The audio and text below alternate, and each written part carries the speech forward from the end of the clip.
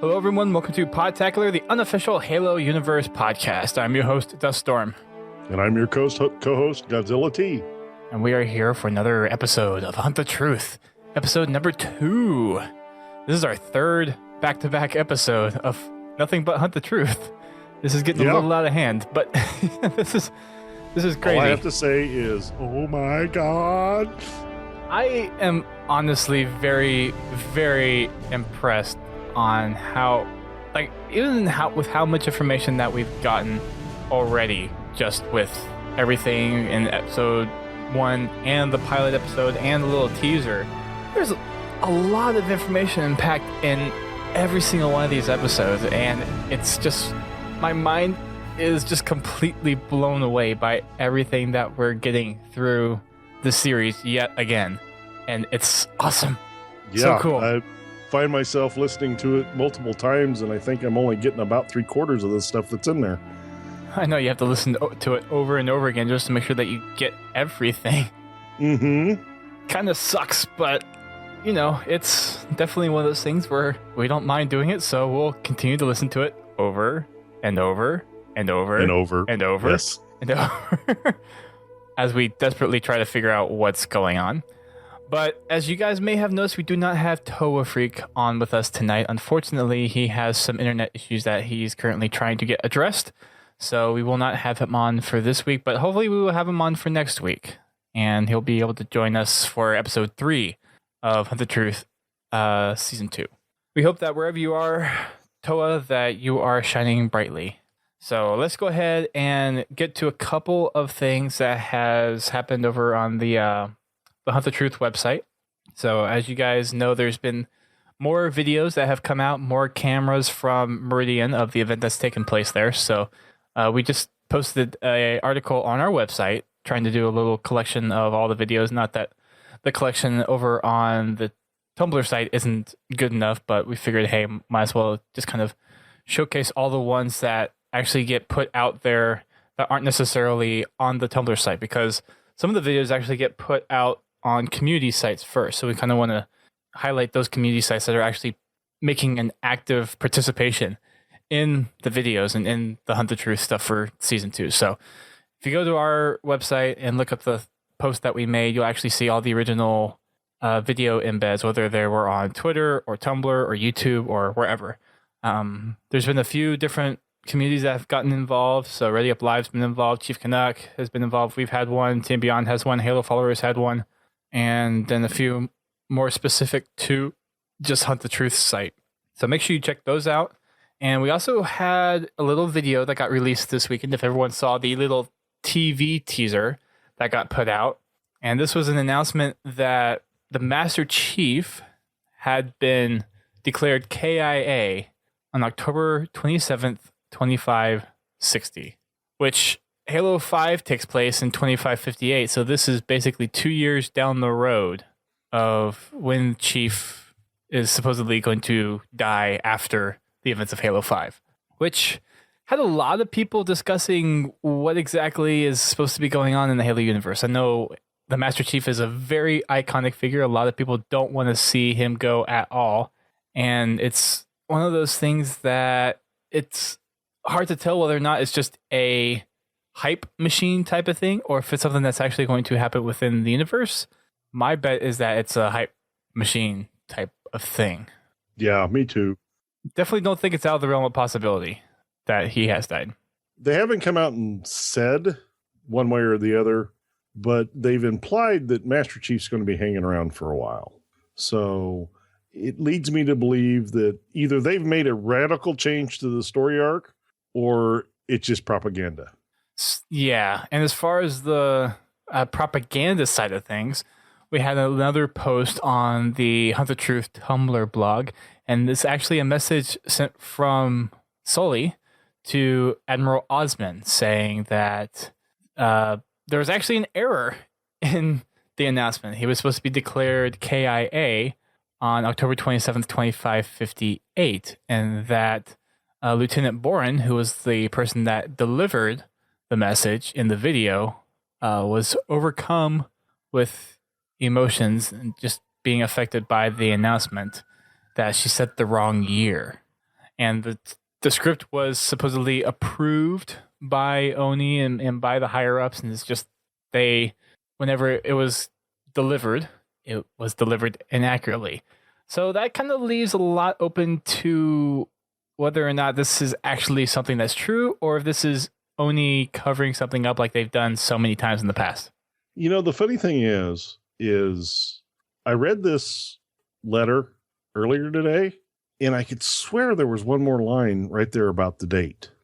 What do you mean? I could have been just seeing things.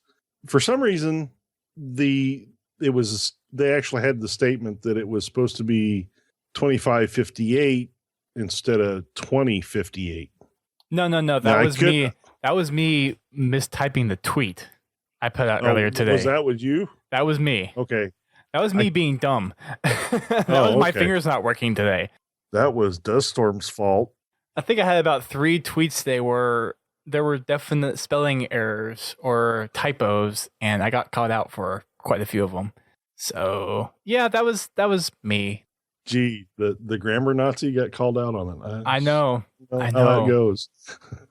Anyway, but this when I read it, it took me a minute to realize that, well, no, wait a minute. In the video, she said 2560.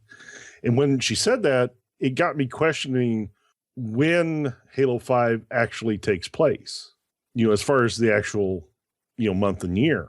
Because, everything that had led up to this, it's, in 2558. So it kind of confused me for a little bit. And then then I saw this letter and okay, that's one way to explain it. Right. I liked the part where the lieutenant was reassigned. Yeah, reassigned to where there's going to be no public facing things whatsoever. That's what happens when you mess up in the government. You just get reassigned. And there's I don't know if they intended to do this, but there's a nice little multiplayer call out there. The remote facilities identification is BXR 730. Yeah, that is pretty cool. I don't know if that is intentional or just happened to happen, but you never know. It's a nice little throw in there. I think it's pretty cool. Yeah. But anyway. But she got immediately reassigned to Industries Disclosure Management Department. Not public facing whatsoever. And all of her work will be reviewed on a weekly basis. So, sucks for her. Mm-hmm. But, all right. So that is going to be it for the little wrap up for the Hunt the Truth blog. On to the episode, which is jam-packed with new stuff. As we picked up off from the last episode, Maya has gotten a mission to Meridian to check out one of the event sites. This is at Conrad's Point.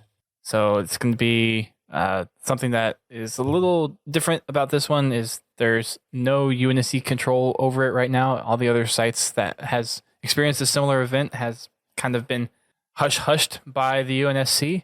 And this one's actually been taken over by NCA military control. So they're actually trying to go in and try to get this one under control.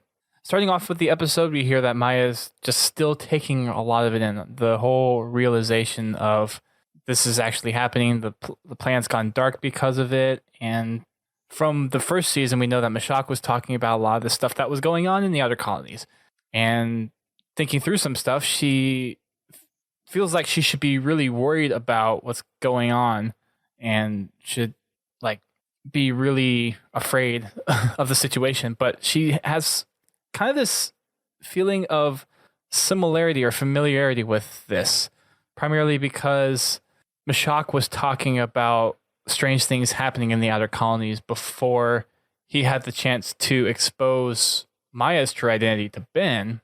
And then just weeks after Mashak was talking about those events, when she got Arie's data about the events that were happening on Meridian, that was too much of a coincidence for her to ignore. And this was something that just kind of didn't sit very well with her, kind of bothered her a little bit, not to the point where she was focused on the mission like she should be, and then BB, of course, had to kind of pull her out of her daydreaming state and back into reality. Is like, we're going into a zone that is dark, that's heavily controlled by NCA militant rebels. You need to be on your game here, because the situation we're going into is not a good one. Hey, wake up! Yeah, definitely need to snap out and focus on the mission. Although, as you can probably tell already from just the pilot episode and the first episode, she's not exactly the Oni operative as she once was. She's definitely not as devoted to it as she used to be. There's other things clouding her judgment. Right. There's lots of different feelings, and I guess a good term would be different point of view on things ever since she has become Pharaoh. And even though she's still holding out on doing what Oni has asked her to do, what her job is, there's been a lot more gray area developed in what she's perceiving as who she should care about, what she should care about, how she should go about doing the things she is supposed to be doing, and all that stuff. And it's really impacting her ability to operate as an Oni agent. And we've already seen that with her interactions with Ben, where she should have been strictly professional, shouldn't even gone down to see him, but she wanted to give him some kind of solidarity of reaming her for betraying him. And when he didn't even know, she eventually spilled the beans of what her true identity was, instead of not talking to a federal prisoner about classified information. Kind of slipped up on that one. The things they've had her do so far in playing this role of Pharaoh, they could mess with people, regardless of who you are. They have an extreme possibility of messing with people, especially being ordered to kill fellow agents. Because she mentioned before that it was something that she wouldn't even question about doing, and now she looked up the two agents that she killed because she cared about what happened to them, cared about the families that she impacted because of them not being there anymore. Something that an Oni operative is pretty much needs for any kind of long-term engagement is being able to have that cold personality, that disconnect from the people that you're working with. And over maybe at the beginning of this whole thing, she was completely disconnected from everybody. But as time went on, just from her own testimony, she grew attached to certain people. Certain people became her best friends within the people that she worked with in the other colonies. And that kind of rubbed off on her, I think. That the rigidness of an Oni agent just kind of got sanded off a little bit from being out there for 5 years. But going down to the, Meridian, the only link that Maya had was Captain Arie Resneck. This is the other Oni agent who was tasked to figure out what was going on in the outer colonies once these events started to crop up. He went dark a few weeks ago after the last few transmissions of the weird events that were happening out there. So that was the only person that she knew to contact, given specific coordinates to try to land. But whenever she approached, there was an analog transmission that they picked up, which is kind of odd given that all the reports of an event that's happened completely fries any tech on the planet where the event happens. So the fact that this analog transmission was even there was kind of an indication to Maya that Arie was still alive even after he went dark. And very resourceful. Yeah. She said that Arie was a tech whiz, just can come up with the weirdest things and just make them work. He was very resourceful, a mediator, a tinkerer at best. So the fact that he was able to conjure up some kind of device to transmit an audio transmission when a whole bunch of tech just got fried is pretty impressive. So even before kind of hearing the message that was on the transmission, she already kind of knew that it was him. And the message that was in the transmission was extreme caution, ping on final approach. Friendly pings receive new coordinates. At that point, she was sure that it was Arie. Mm-hmm. The funny thing is they say an analog signal. And the first thing that pops into my head is he scrounged up an old tube radio from somewhere. Yeah, probably. And it's got to be powerful. What is an analog signal? It's just like your normal radio chatter today. I mean, FM radio, that's analog radio. You have anyone that's a ham radio user, that's all analog. Yeah, but if this event had knocked out all this electronic equipment, any AM FM radio that's produced today would get knocked out too. Because yes, it does receive an analog signal and they do broadcast an analog signal, but it's all digital components inside. Well, today, maybe, sure. Okay, we're talking about 2558. Hey, some people get into some really antique stuff even today, so it would not surprise me if there was someone that was just into anything tech and antiques were just a niche. But beside the point, that's the first thing that popped into my head. He scrounged up an old tube, and I do mean tube as in glass tube. Yeah. Radio transmitter. Probably. They didn't go into the specifics in the podcast, but if this person is as resourceful as Maya is trying to make us believe, then yeah, he knows his stuff. He could engineer probably anything, so to speak. Yeah, it was just something that kind of sparked my interest. Okay, just, what exactly did he come up with? I don't know. Could be a number of different things. It's just impressive to know that someone out there that would be 500 years in the future still has enough technical expertise to just scrounge up a bunch of different components together to make a radio. Now think about this. In 500 years, provided we still occupy the Earth and the archives of this era do not get destroyed, what do you think they're going to think of Hunt the Truth or Halo? I don't know. There's a twist. That's a deep what philosophical were these guys question. Thinking? Well, it is an entertainment industry. Yeah, and comparing it to their actual lives that they're leading, in 2558 or whatever. Well, look at Star Wars, look at Star Trek, look at all the different stuff that was in those TV shows. And Buck Rogers. Oh, wait a minute. That was 1985. You could probably say the same thing with that. Any kind of sci-fi show pushes the envelope of what we perceive can be done from a technological standpoint.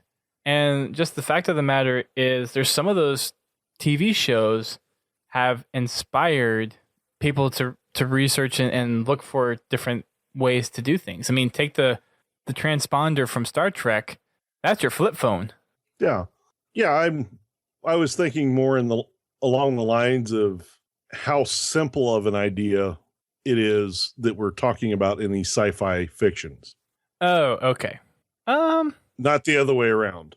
I don't know. Which, I mean, some of it may not happen in 500 years. We don't know. At the rate that technology advances, pretty much everything in the Halo series could be highly probable. Could be, yeah. Just at the rate that technology advances. You buy something that's state of the art and 3 weeks later it's obsolete. To a degree, yeah. Take a look at Back to the Future, though. Once 2015 hit, everyone was all abuzz about, okay, where's our hoverboard? Yeah. And it's definitely one of those things where artistic minds are trying to figure out what the future may look like at that time. And same thing with Halo. You take that maybe 500 years out, we are a species that traverses the stars in such a way where we can visit other planets and that we have the capability to generate artificial gravity and whatnot. It's definitely not out of the realm of impossible. It just depends on how our technology advances through the course of human history. It's an interesting point of view. I wish I'd be around to find out. Right. Not that I really want to live for another 400 years or 450 years. Just need a composer. That's all. Yeah, there we go. And they can become a Promethean knight. They can live on the internet. There you go. Yeah. I don't think I want to live on the internet. No? No, especially if you got BioNet. Well, okay. You may have a valid point there. That cannot help with. After she receives this transponder signal, which truly amazing. I like how they describe how she lands. So it was basically a way, I guess, to throw off anyone who may be monitoring her approach. But she calls it a dead dive. Basically, an uncontrolled drop, or I guess a controlled drop, like no thrust to kind of buffer her approach, but just letting gravity take her in, so she's weightless in this freighter that she's in, and at some point really low, like probably underneath where you would normally deploy atmospheric breakers, or like if you remember the ODST drop pods, there's a little like plus sign looking thing, so that's an atmospheric breaker. So deployed those, and then once she was close enough to the ground, she landed the freighter, and it's definitely one of trying to be stealth in this landing, because she finds a crater that is well hidden so that she could get out if she needed to. Mm-hmm. After trying to find a place to land, or I guess it wasn't too hard to find a place to land, but when she landed, got out of the freighter, and BB has some pretty interesting comments to say about the planet, as typical BB, saying that who would want to really... By the way, they're doing a great job with him. Yeah, they really are. I really like his personality. I think the European accent is pretty good. I like the attitude that he has. It's very characteristic of what we've seen in the books. Not as BB doesn't seem quite as stubborn in this one as I remember reading in the books. He seemed a little more kind of like proud and stuck up, at least reading it in the books. Yeah, but by the end, he kind of mellowed out a little bit. Yeah. He wasn't... I mean, he was still omnipotent because it's BB. Yeah. But he wasn't... I'm trying to think. Wasn't as brash as he was at the very beginning. Abrasive? Well, not as... I guess maybe by the end, he had a more... I was trying to think how to describe... It's like the experiences he had through those books humbled him a little bit. The loss of his fragment. Yeah, I guess that's stuff true. Stuff like that.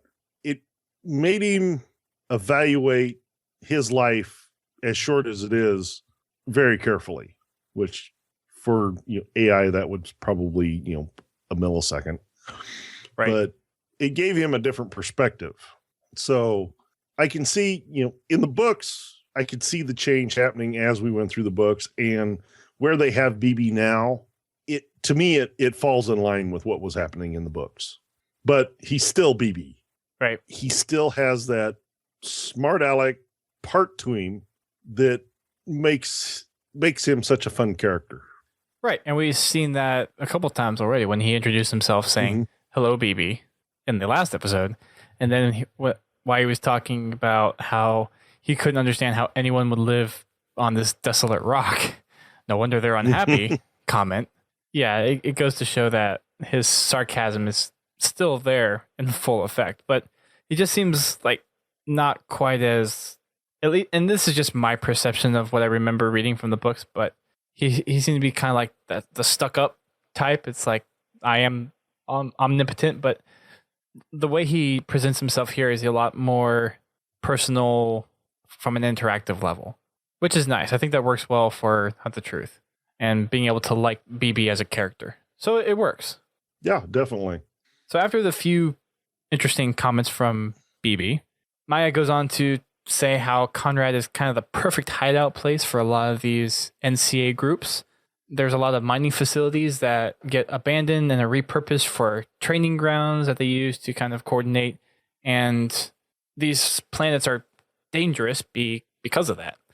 No one's at the coordinates that she was told to land at, the new coordinates that got sent out, trying to figure out what to do next. BB points out a vantage point on a rock above where they landed.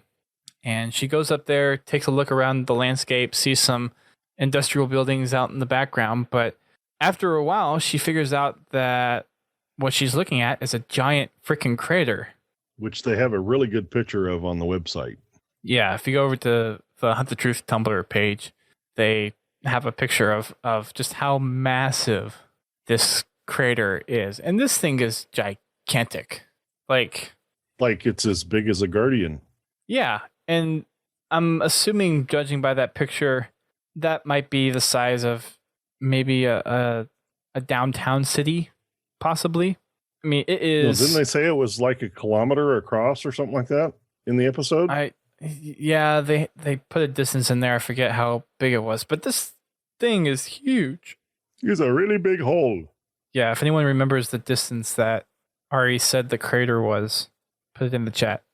But this is definitely one of those things that it's kind of just sticks out there.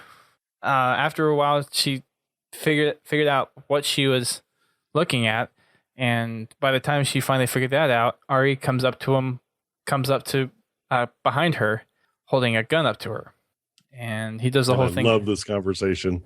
Yeah, he says, "Don't move, turn around, put your hands up, don't make any sudden movements." And of course, whenever Maya turns around, she sees him and she recognizes him, calling him by name, and Arie goes through this really elaborate explanation of what he's specifically doing because people may be watching what's going on. So he goes through and he's like, I have my gun up at you because I feel threatened. I'm going to take your bag from you.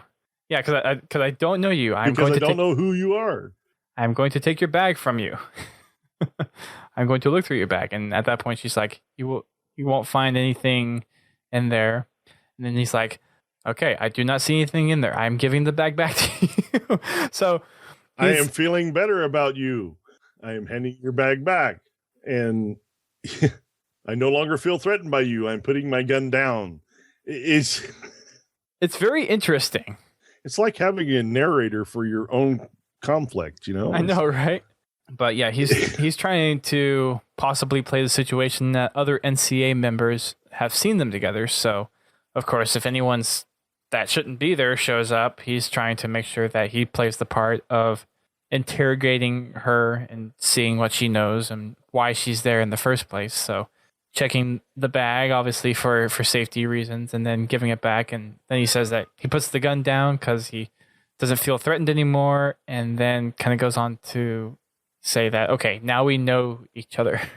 Yeah, apparently they only have video surveillance if they are watching him. Well, remember, everything is fried. So there is no video surveillance, it's just people seeing them up on this. Well, I should say a person with binoculars or something like that. Or, yeah. Unless they have one of those like NFL dishes that you could point at somebody and try to hear everything they're saying. But as far as he's concerned, everyone's just out. Whoever's out on patrol, he's just going to see, or they're just going to see them two together. They're not going to know exactly what they're saying, per se. So after this whole thing finally kind of gets down underneath the whole stage act, and they finally get down to business, BB finally speaks up. It's like, okay, now that we're done with formalities. Which I love. BB just is quiet until the very end. It's like, okay, that was interesting. That was fun. Time to get down to business. No, we're done with the pleasantries. Right. Maya said that a lot of people thought Arie was dead, and she didn't think so. Good to see him alive and well. But she explains to Arie that they were sent, her and BB, to investigate and report back anything that they found to the UNSC. Arie says that he didn't really have much info. All he knew after he arrived was that there was a major event that caused a lot of seismic damage. It fried a bunch of tech, and it left this giant hole in the ground. And he actually showed up after the event, so he was nearby and didn't actually get there until after everything happened. Well, he sent a report just before the tech fried to Oni. Or tried to send whether one. It is from the, well, if he tried to send it from the planet or as they were approaching the planet. Well, I'm guessing Not he may exactly have been sure on the timing, because that feeds into the next part where he starts to discuss his last report to Oni. Right. And I don't know if this is something where he was on the planet, just on the wrong side of the planet, or if he was approaching in a ship. But he was trying to send off last amounts of data that he had from his time being there. there is some stuff that he says in his report that obviously Maya did not know about. But aside from the NCA completely blocking off access to the crater, one little thing that Arie decided to discuss whenever he said what the NCA was up to was that Ilsa Zane was trying to figure out what their next move was after this whole event, which we thought she was dead. Apparently, she's not. Nope, she lived. If anyone remembers reading Halo Initiation, you remember that she was a candidate for the Spartan program, and everything went very, very wrong. And Well, she was the first candidate for the Spartan IV program, where they were trying to build the ultimate unarmored super soldier. right. And turns out she survived. She got picked up and indoctrinated by Matthias Drake for the New Colonial Alliance. So she's here now. back in at it again. And cleaning house. Yeah, so she's running the whole place now. She's totally in charge of the NCA faction on the planet. Arie thought that he sent this he said he sent this message back to Oni in his last report, and he was a little surprised when she didn't know that he was alive or that she was alive, judging by the last report. So basically, Ilsa Zane's taken over, and everything after she defected from Oni under Matthias Drake, she's been basically taking over certain parts of the NCA and trying to drive home the military agenda for them to attack Oni. So this is just one of those holes that she finally decided to hunker down in, being that the event was under NCA control. And we'll figure out why that's important, given some of the situations we'll hear about later in this episode. Whenever the colonies did get hit, like all 5 colonies, this was where Ilsa Zane basically collected everybody, told everyone to come to Conrad and regroup. So this is where everyone that's in the NCA that was on any one of these planets that were affected is basically consolidated to. Maya asked Arie why he hasn't escaped, and he said that he was trying to keep a lid on things to make sure that the thermonuclear nukes that she had in her possession were kind of kept away from her trigger finger. She had enough armaments to basically flatten an entire solar system, just completely wipe it out. So he decided to stay so that he could try to make her not just go crazy and wreak havoc, kind of bring that down a bit. He decided to stay to try to talk the crazy Spartan down. Right. From using them. And there's your first problem, is trying to talk a crazy Spartan down. And to give you guys a little heads up on Elsa, when she was removed from the Infinity, it wasn't through the shuttle bay. It was from a window in the bridge. In other words, she was ejected out into space. Yep, into the vacuum of space. And she survived. This is not a lady you want to mess with. Well, given all the augmentations that she was given, she obviously has a longer survival rate out in space, but being picked up by the NCA, she was an easy convert. Well, I think she was probably already rooting for the NCA before that happened. I don't know if it was the NCA specifically. I think it was more just kind of like anti-UNSC at that point, and then the rebel front. Fair enough. Put it under that. But anyway, the fact that she was picked up by these particular rebels and brought back to their home base gave her the means to get where she is. And they go into detail describing what she has been doing since she basically took over this group. Mm-hmm. Any weak link or any person that she determined was a weak link was eliminated. Well, there was no go find another group. It was, you're done. Yeah. And we get to that whole situation on Conrad in a little bit when we hear her later on in the episode. So definitely a radical in the sense that she has a very different leadership style, I think, from a lot different people, especially since she's kind of messed up in the head. But her being in control is obviously not a good thing, being a former test case for the Spartan program. And with that said, they're going into some very dangerous territory. Mm-hmm. After Arie gives his sit rep to Maya decides that, okay, this situation is too dangerous to go in alone. Going to give a sit rep back to Noah on what's happening with Ilsa Zane, what the current situation is and whatnot. And BB says or tells them that there's a few guards approaching, and that's when Maya has to give Arie the quick brief of, okay, rebels obviously saw you get captured. How did you get out? So she told him the story that Oni was officially saying of how she got out, how they were interrogating her about the events that were happening in the colonies, and that she managed to commandeer an escape with a freighter, which is not quite a believable story. And we find that Arie doesn't particularly think it's a clever story either, but they'll have to go with it because that's what they got.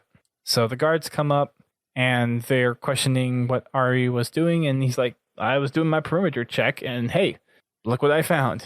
Because he was not quite on, I guess, the right path that they normally take for perimeter checks. He was kind of off the beaten path a little bit, and basically said that, yeah, I went off the path, but hey, the perimeter checking turned out someone. So, and when he discussed with the other guards of who she was, they escorted her to their mining facility that they're using for their kind of like training ground purposes and their barracks in a way, to or as an honored guest of the NCA. So filling the Pharaoh role right back in action, so to speak. So to speak. Let's see. When they got to the encampment where everyone else was just kind of hanging around, there were hundreds of rebels drinking and partying, and apparently, according to Arie, this has only happened since last night. And there was some kind of celebration going on, and there wasn't any particular reason why. There's been a lot of tension recently because of the events and because of everything that the NCA is trying to gear up for with this war against the UNSC. But everyone that was there, Maya basically identified as people that aren't sympathizers, they're bloodlust, they're mercenaries that attack innocent civilians. And there's a saying that came up a couple of times in the podcast, from fire to blood, that they kept on saying. Mm-hmm. Everything that they were doing from her observation was against what she was trying to do as Pharaoh. So where she was trying to take the more peaceful option, having everyone try to be in a position of building a strong economy, these guys are just all out for war and violence. And it was not quite a comfortable situation, especially being that with a lot of the tension recently, that they're just celebrating for some unknown reason is not very, very good. It's kind of a little off. And Arie went off after they got there to try to figure out what exactly was going on, try to get a little bit of information of why they might be celebrating.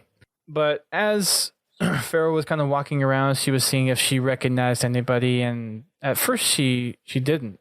From her being abducted, she couldn't really think of anyone that could have survived that she would know that would be there. I mean, everyone probably scattered afterwards, and the likeliness of someone ending up on Conrad or Meridian wasn't likely. But as she was thinking about some of this stuff, she heard someone's voice, Bostwick. Don't know if we ever got a first name for Bostwick, but it was someone that she knew from her group. So she was completely taken by surprise, but she was very happy to see her. And she was obviously drunk, very drunk. And Bostwick told Maya that a lot of people thought she was dead. Whenever she did get captured, they thought that Oni had got her for good, I guess some people probably would have thought that they would have put her away for good, or maybe some thought that she would be dead, but it seemed like a lot of people thought once Farrell was gone, that was going to be it. But Bostwick, being drunk, says, I never believed that you would have been dead. You're too good to get captured by those Oni spies. To her surprise, there she is, having too much to drink. And Maya puts it out there that being the little 5 foot, 100-pound girl that she is, she's already drawing enough attention without her being drunk. So she was trying to play a really low profile when she was around Bostwick. Being the only person that she knew, there's this little dialogue about how Maya met Bostwick, how when she first met her, she was 17, just lost her parents to a UNSC incident where some ODST troopers were drunk and messing around with plasma grenades when they accidentally pressed the button on one of them and it killed her parents, which is pretty devastating when you think about it. Yeah, I really have a problem with that. And the UNSC discipline policies really need to change. So apparently all that happened was that the ODSTs got a slap on the wrist and then a formal letter was written to Bostwick for the loss of her family.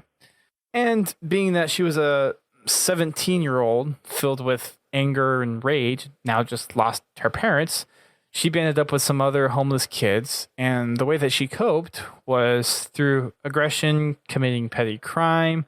And eventually, as she got older, it turned towards violence. Maya saw an opportunity to take her frustration, her violent side, her aggression. And after taking her under her wing, she started making it towards a more positive change. And she was actually one of the other people that was kind of on board with what Maya was trying to do for the rebels. Well, I guess this is someone that really she was close with. We mentioned in the last episode that there were quite a few, I guess in the pilot episode, there were quite a few friends that she lost in that attack. She was going over the names, and her right hand person died in the attack, so who was one of her great friends. And this is just another one of those people that she really cares about. And I have a feeling this might be a trend in the episodes to come where there's people that she really cares about. And this might be a per episode thing where you see something bad happen to people that you grew close with as Pharaoh. And that's going to help tip her over the edge of basically going rogue from Oni. Mm-hmm. Defect. That was the word I was looking for. After all that, we can actually go back into conversation with Bostwick. And this is, at this point, we learned that there's definitely something going on other than just kind of protecting the crater.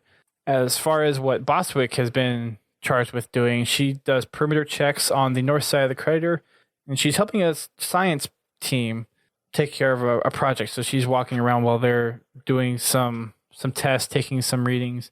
And of course, Maya's trying to figure out what kind of readings they're taking. Like, why would they be taking readings of this crater? At this point, BB interrupts, and Maya goes to respond to BB. At which case, BB says, "No, I'm just talking directly to you through your ear canal." And this throws Bostwick off a little bit, and she's like, "Wait, who?" And Maya plays it off as like, "Oh, I thought I saw somebody." and BB in his usual self is like, smooth. way to divert that one.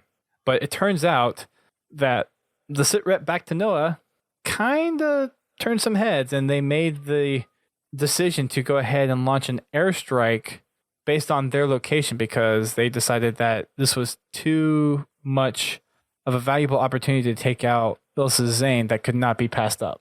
So at this point, they're bait, or not necessarily bait, but they're a target marker.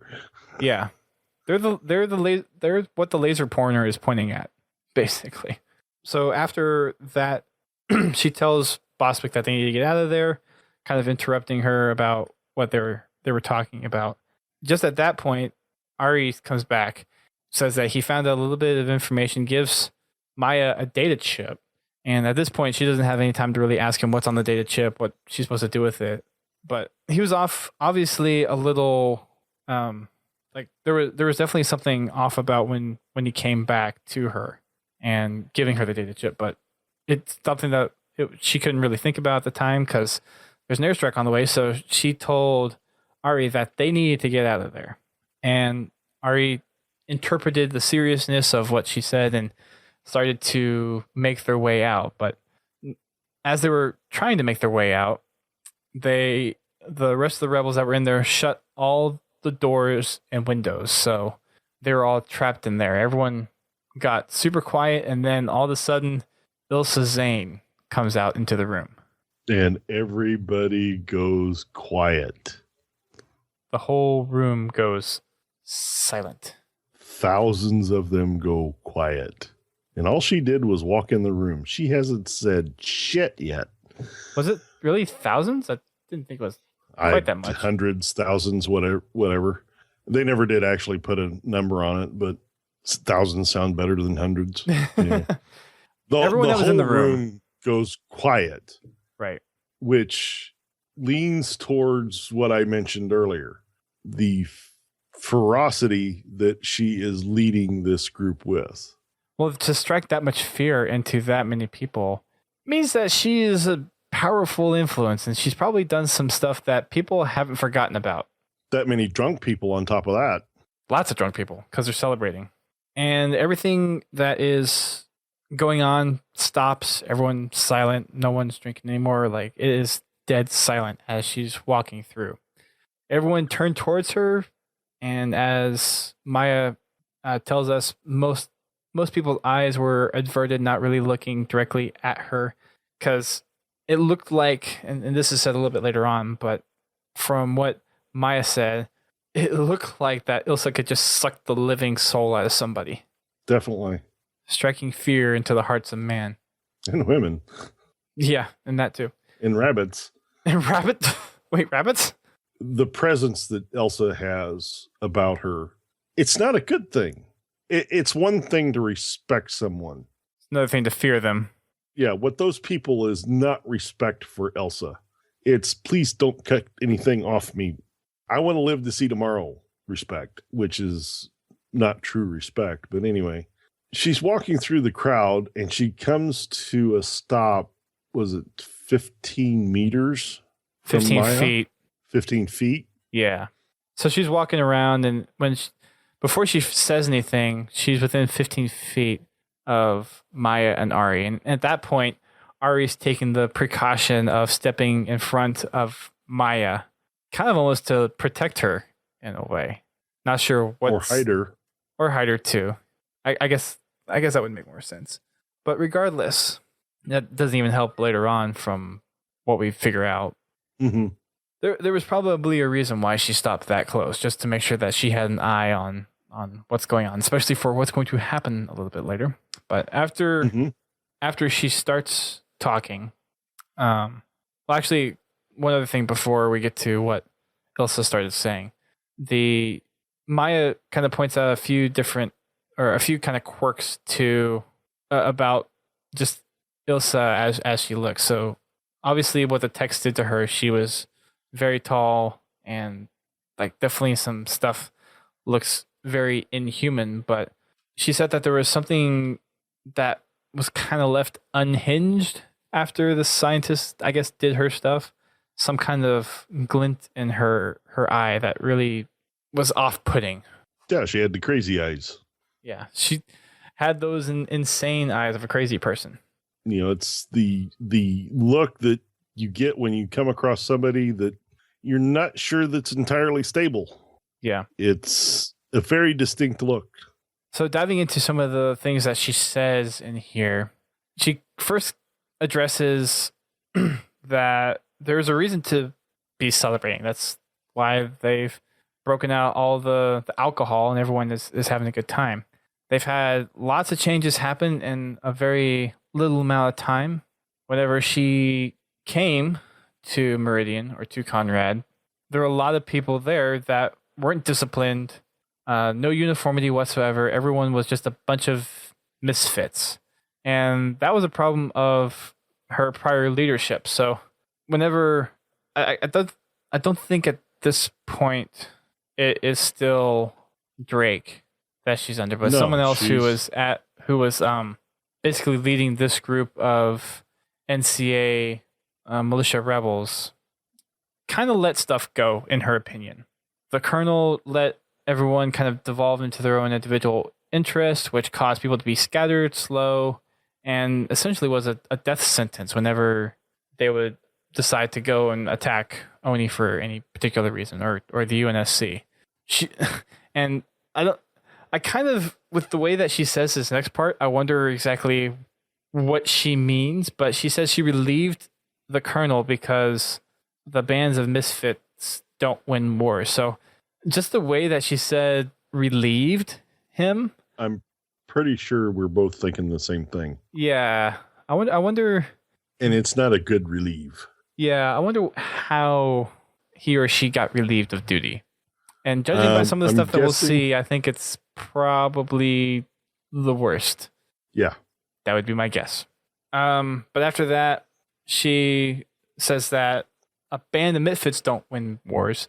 Big machines do, with lots of little parts moving together that have the same purpose.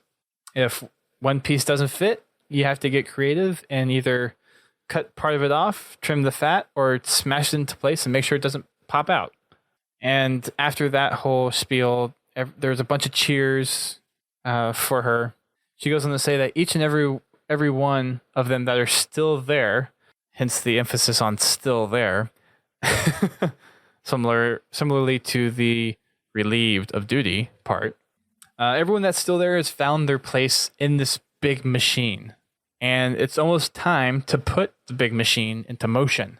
So everything that they've worked on, getting everyone unified, getting everyone to play a particular role in this bigger objective that they have to kind of fight against the UNSC, she thinks they're finally at a good position to where they're effective enough to fight back.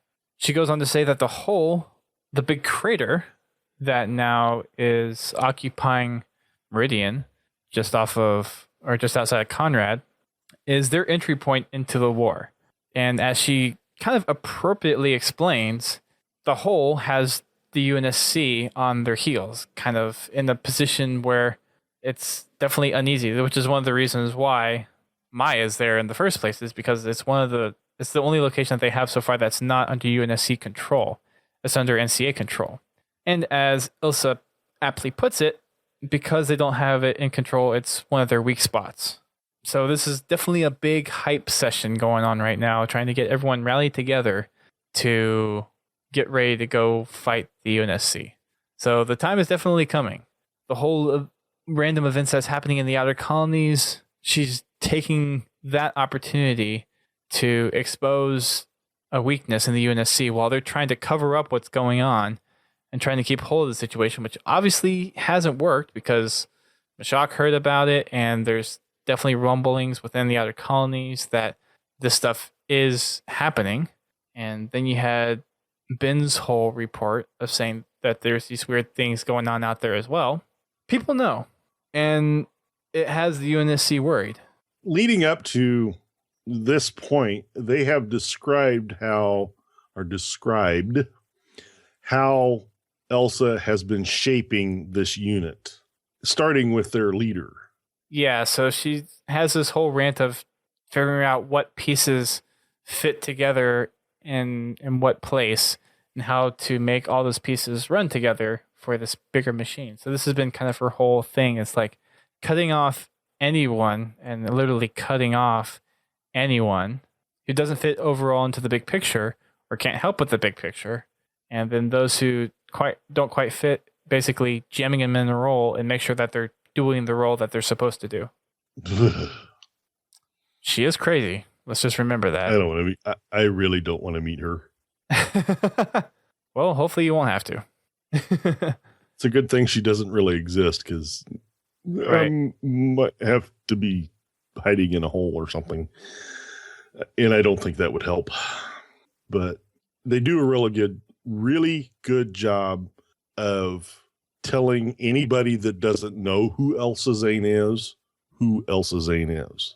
Yeah, and I thought that was pretty interesting, kind of after listening to this podcast a couple of times, is you could almost listen to Hunt the Truth, and the required reading that you would need for quite a bit of this stuff, like the Fall of Reach stuff that we got a lot of exposure in season 1, and then the stuff with Ilsa Zane, which is an initiation, which was, I think, one of those other comic things, like in that big overview graph of things that you should read going into Halo. I don't think initiation 5. was on there.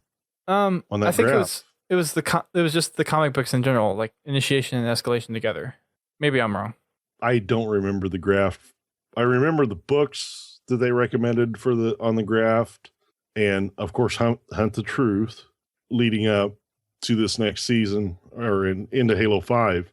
But what I was impressed with was you don't have to have read initiation to understand what role Ilsa Zane plays.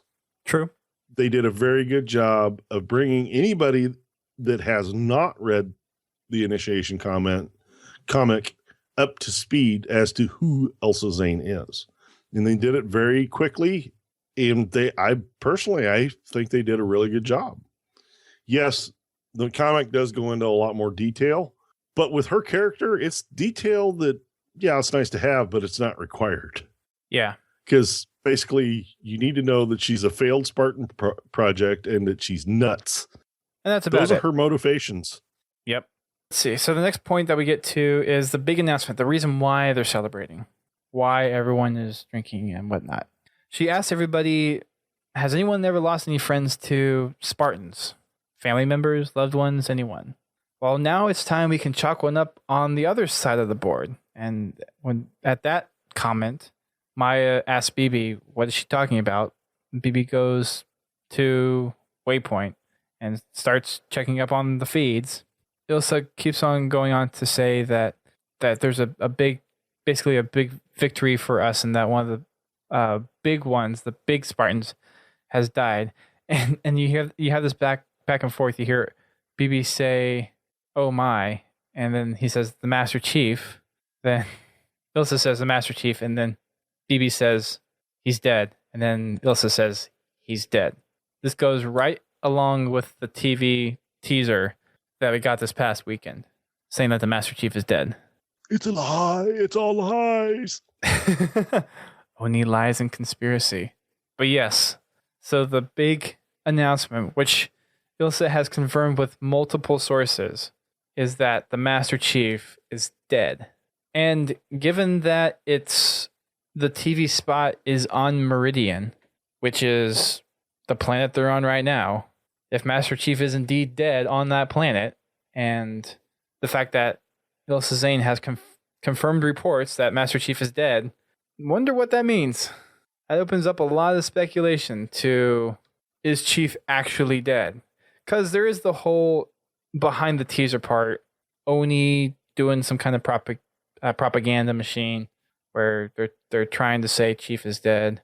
And I've seen a few people online say it's because he's defected, he's gone AWOL, so they're trying to cover it up and quickly just kind of silence that as much as possible. But then you have Ilsa Zane, who's a rebel leader who went through the whole Spartan program, so she knows how a lot of that works. And to say that she has had numerous sources confirm that Chief is dead, it kind of brings up the question of, is Chief actually dead? What keeps running through my head is the lengths that Oni went to frame Ben. I cannot put this past them to be a setup.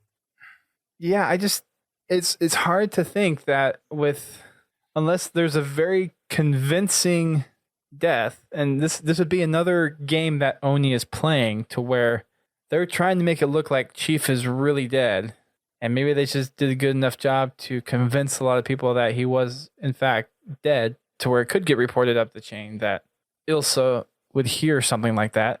Then, I mean, that wouldn't necessarily be too far-fetched to think about, but it definitely does get you thinking with someone as influential and loosely using the term powerful as Ilsa Zane, that if she hears from multiple sources and sources that she trusts, if she hears that the Chief is dead, there is a good reason to suspect that Chief might be dead. And really, we're not going to know until the end of Halo 5, even if we know by the end of Halo 5 whether or not Chief is dead.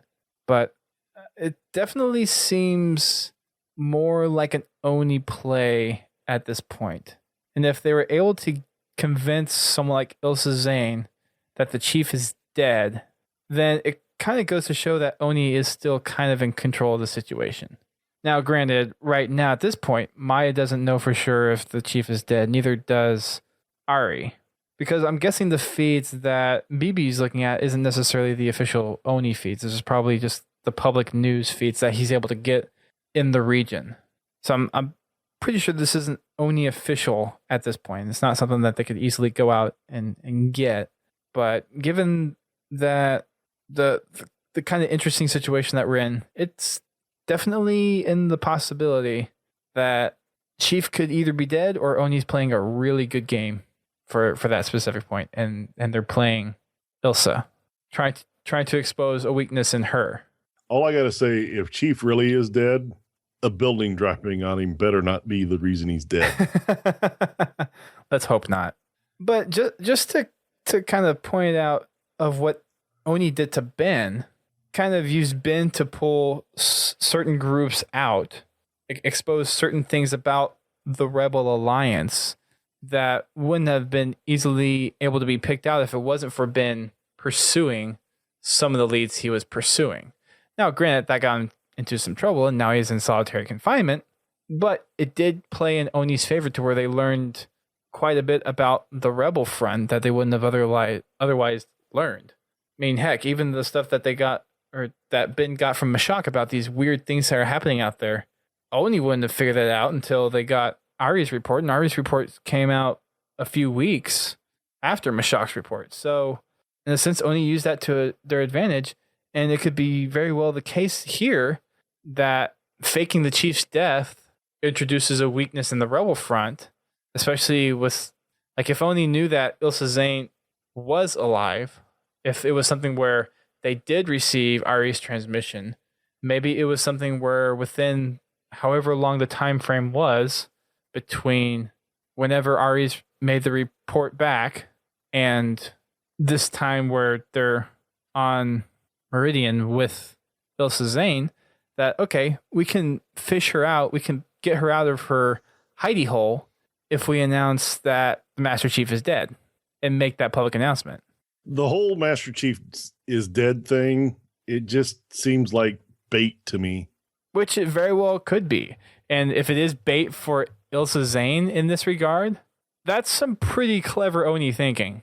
If they're trying to get it to where they're making her overextend her reach, getting her into a place where she is comfortable with attacking when they're on the defense. I mean, and it's kind of hard to say because Oni is trying, or UNSC/Oni is trying to cover up all the events that are happening in the outer colonies, but if Oni has a chance to take advantage and try to get at the heart of some of the Rebel alliances out there, I wouldn't be. I mean, it makes sense that they would take their opportunities to pull that out. Mm-hmm. I mean, the fact that they had an airstrike ready to go on Ilsa Zane's position that quickly, I mean, it could beg the question of, were they ready, or were they hoping something like this would happen? Or was it a plan to kill two birds with one stone? Who's the second bird? Maya. You think they would have told her if they were doing the air raid to take out her as well? They didn't. BB did. BB would have been one of those that if he was ordered to not say anything to her, that he wouldn't. Who says he was ordered not to say anything? Maybe he was ordered to say something at the opportune moment. I don't think we're at that point yet. It doesn't seem like, I don't know, that just doesn't make sense to me. It doesn't seem like they're at a juncture where they're trying to single her out yet. It's possible. I don't see interesting. It's just interesting that she's not there 5 minutes and already they've got an airstrike on the way. To me, that really speaks to Oni was hoping that, I mean, if it is the case that this was trying to pull fish out of the water or try to get them to the surface, that it was something that they were planning on the possibility of happening, and when it did, they were ready for it. But I don't see this as something Well, I mean, at the point that BB informs Maya that there's an airstrike coming, they only have one person's report that she's there. Elsa is there or has been there. They don't know that she is there at this moment. Right. But the airstrike is already on its way. Just the timing of the airstrike is odd. But usually, no, the airstrike wasn't. I mean, the airstrike wasn't on the way. Yeah, it was when she got there. No, because she reported back. No, I meant to Noah before she had eyes on Elsa. The airstrike was on the way. Well, yeah, based on the information that Noah told her that Ilsa was there. The report back to Noah, the sit rep that she gave back. That got interrupted by the rebels coming up on them. BB's transmitting stuff even without them knowing. But even BB says, hold up on that. Well, he could be sending information back. I don't see that totally out of the question. The funny part is if all the networks are down on this planet, how is BB or anybody receiving anything? Because BB is tech that got brought in. So he has a relay back to the freighter. The freighter has comms to go out. The freighter has working comms. Yes, the freighter has working comms, but BB has working comms. So he could talk to the freighter and the freighter could talk back to Oni. That's not a problem. They have communication now. It's just that's the only communication that they have. How else was he able to check the feeds on the Master Chief being dead? Yeah, then why wasn't he checking the Oni feeds if he's got a link to Oni? Because it's probably quicker in the area just to go through all the feeds just off of Waypoint. And We're talking about well, and they don't know for sure because they don't have the official word from Oni. See, that's the kind of stuff that BB would know before. He would have known that a lot faster than what it being a surprise. I don't know. He's basically Admiral Osmond's personal AI. There is nothing he does not have access to. True. So the moment Master Chief was reported dead to Oni, he would know about it. Well, that's the thing. He might not be to Oni considered dead. I don't know. I think we're just reading too much into it at this point. There's 900 million things that could happen. But anyway, let's see, where were we? Oh, she was addressing her followers about the death of Master Chief. Right.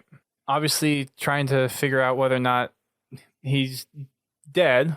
Obviously, it's something that, at least for now, they can't quite confirm. They just need to worry about getting out of there. But once they had the announcement that the Master Chief was dead, the mood in the room completely changed. Some people were cheering, a few people were, but not that many. In the back of Maya's head, since Chief was basically the savior of humanity when it came to the Covenant and the Halo Rings and almost ending the war for good, she made the good question of what is so powerful that could kill the Master Chief. And then we go back to Ilsa talking and saying, this is the reason why we're celebrating, that this iconic Spartan is dead. And as she's still kind of hyping everyone up, Arie says, okay, we need to move out, and starts kind of going over to a side entrance. Ilsa Zane keeps on talking and says that it's this opportunity now that we need to continue to expand the ranks, and she's excited to see new faces. And at that point, Arie's like, okay, she knows you're here. So they stop. Ilsa Zane walks over to her and basically questions, I don't know who you are at all. But she introduces herself as Pharaoh. And Ilsa's like, I've heard of that name. You've made a lot of noise recently. At which point, Maya says, yeah, maybe a little too much. And Ilsa calls her out on trying to affect positive change, trying to make a transition out of military conflict into economic power, essentially. And Ilsa's like, why are you encouraging this? Maya says she believes that it's a reasonable alternative. And then Ilsa uses the example of how many people are following her, that the military objective is the right one to go with. There's a reason why all these people are following her and why they're saying from fire to blood. And Ilsa calls Maya naive and the things that she's doing is making them look weak when the UNSC like takes a look at them. Mm-hmm. So she's pulls out this whole thing of going back to making the pieces fit. And she's like, okay, so if you can't really help us in actually affecting our cause and being a positive influence towards our militia standpoint, what could you offer? We have no need for speeches. We have no need for political banter. What could you possibly give us? At this point, Arie steps in and says that Maya has extensive logistical background, so maybe that could be used to some benefit. And then there's a long pregnant pause where Ilsa is looking Maya dead in the face.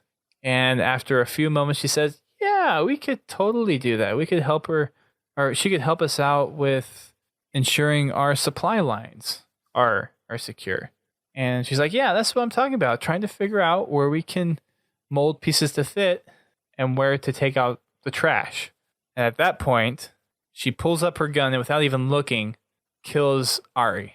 Just straight out. Done. Dead. Ugh. Cold blood. And at the beginning, you thought that it was going to, or you could kind of think that it was going to be Maya who was dead. And you heard Arie over off saying, no, no, no, no, no, no. And then you kind of hear a little gasp and then you hear him get shot in the head. And she's doing all this with a happy tone in her voice. Yeah. As Maya tells us, she didn't even turn to look. All she did was raise her arm and bam. Of course, they got everyone's attention. And she goes on to explain how Arie was an Oni mole. Go figure. So everyone is definitely hyped after that. Yeah. Kind of makes me think that the chip that he got, he risked more than he thought more than he intended to by getting that chip. I think he was already a dead man. Possibly. It is true. I think she came into that room fully knowing that she was going to kill him. Oh, I have no doubt. But like I said, well, Arie entered the room before her. It could be something that this chip that he stole alerted her at that moment. Wouldn't he have been trying to get out then? And at the point where he met up with Maya, he really didn't have the plan to get out. I mean, he was ready to kind of like discuss what was on the chip. And then she was like, no, we need to get out. Well, he was really nervous about the chip. Let's put it that way. That's true. We really didn't get to hear what he was going to say because Maya was already on him saying, we need to go right now. Right. Just kind of the tone they set when they actually talked about him coming back and how nervous he was in handing her this chip that could play into what happened. Ilsa could have, I just don't see Ilsa keeping a spy around once she knows. I think it was one of those things where she definitely had her suspicions of Arie's meddling, so to speak. Yeah, like she just doesn't strike me that... Like maybe him asking too many questions or trying to figure out too many things that he doesn't need to know about. And maybe it could have been, I mean, you could be onto something more. It's just him getting that data chip. Someone finally said, okay, yeah, this guy is really suspicious. And maybe she knew beforehand and she was just waiting for enough evidence to justify killing him outright. See, she's not a person that needs to justify killing anybody. Well, she just does it. But there is a time and place. I mean, she is crazy, remember? Every time, every place is a place to die. Well, I mean, to tie the whole celebration in with taking out an Oni spy, kind of, I think, proving the point of Oni is a big issue that you need to, that she probably wanted to do it at a specific time. And this was just like, okay, perfect time to get rid of this as we're getting ready to kind of activate here. And I mean, to keep someone like that in there, it also kind of keeps track of how much Oni would know of the situation. So there is kind of a tactical reason of keeping him around, even though that, yeah, she may have her suspicions that he's a spy, but even then you can kind of use that to figure out what Oni exactly knows, and in which case you can react to that. Yeah, I just I'm sure she has her reasons. She doesn't strike me as the misinformation type. I'm not necessarily saying misinformation. I'm saying more along the lines of she had a reason that if she knew to keep him around for that long, despite the whole cutting pieces out, because you can still have a piece that's metaphorically speaking doesn't fit quite right, but is serving a useful purpose until that purpose is no more. And to her, he might have been serving a useful purpose in that, yeah, Pin's Halo kind of nails it around the head. Keep your friends close and your enemies closer. Yeah. I don't know. She just doesn't seem to be that kind of person. Don't She's get me not wrong. Dumb. She's crazy, but she's not dumb. That's what I was getting ready to say. I mean, she's a military strategist. I get it. But it just, I don't know. She just seems like somebody that would not put up with having a spy floating around. Either way, he's dead. Well, now he is. Yeah, now he is. The next part where she's confronting Maya, and Maya's trying to, she's telling Ilsa who she really is. Well, who she's really supposed to not be. But anyway, Ilsa's like, well, the Oni spy just vouched for you. So in Ilsa's brain, that makes Maya his accomplice or another Oni spy. Right. Makes sense. And at that point, her friend, what was her name? The 17-year-old? Boswick says, well, I vouch for her too. Well, she goes a step further than that too. She gets in front of Maya, in between Ilsa's gun and her, puts a knife up to Ilsa, saying, I vouch for her and you should show her some respect because she's a real leader. To which Ilsa responds, don't ever hesitate with a knife, and then proceeds to kick her halfway across the room. After she gets kicked, Bibi tells Maya that the airstrike is here, that you need to get out. And Maya tells Ilsa that there's an airstrike on the way. And she's like, well, how do you know? A few moments pass, and then Ilsa has this disturbingly smug smile on her face. And as the airstrike hits, she says, you Oni, and the bombs hit. Uh-huh. At that point, a whole bunch of commotion ensues. Everyone is trying to scatter and figure out what the heck is going on with the bombing run. This gives Maya time to find Bostwick and head away from the rubble. Gets a little bit of a head start on Ilsa, but she hears her calling out to Pharaoh because she still doesn't know Maya's true identity. She just knows that Pharaoh is a cover and that she is indeed an Oni spook. And now Bostwick knows too, because when she was trying to warn Ilsa of the bombing run, the only way that she would have known is that Oni told her and that she was working with Oni. So she grabbed Bostwick. They're heading away. Maya asks Bibi, how do we get out of here? And Bibi says, there's a hangar nearby. There would probably be vehicles for the VIPs. Pharaoh's obviously trying to follow, Ilsa's trying to follow, but Maya and Bostwick have enough of a head start to where they get to the hangar, they find the mongoose, and they take off with Ilsa following close behind, firing shots at them. Bibi has a nice little smug remark of, could you please hurry up and get us there quicker? Like, is this as fast as this thing goes? Faster, faster, faster. Once they get to the freighter, they get in with the mongoose. They just drive up the back ramp and they take off with Ilsa and her crew still firing upon the freighter as they're taking off. It's just bullets at this point. There's no Bibi. Yeah. Maya had to yell at Bibi to get the door open and then to close the door after they got there. The freighter's pretty much ready to go when they take off. It's pretty much set to go in case she needed an emergency exit. But they get off the ground. They break atmosphere, and Maya sets Bostwick down on a bunk, takes care of her wounds with some of the random medical supplies that she could kind of conjure up in the freighter because everything was slim pickings, just bare essentials for the mission. Of course, Bostwick is trying to figure out who Pharaoh really is now, and Maya just tells her to save her strength because she's going to need it. At that point, she has a chance to breathe, and then she remembers that data chip that Arie gave her, and that everything that was going on was probably on the data chip. So she loaded it up, saw a bunch of different data points on there, a massive info about the seismic events, different readings, charts, data points, and other predictions of things based on what they've observed. And from what Maya could deduce, they were looking for something specific. They had a whole bunch of data, anything that was anomalous, that wasn't normal, they were looking for. And it seemed like there was some kind of signature that they were trying to figure out how to pinpoint the next event that would happen. Bibi tells Maya that they need to get to a Oni medical facility in order to take care of her friend, but Maya says that there's another place that they need to go, that she knew of someone who would be able to answer the questions of what all these readings mean. And then that's the end of the episode.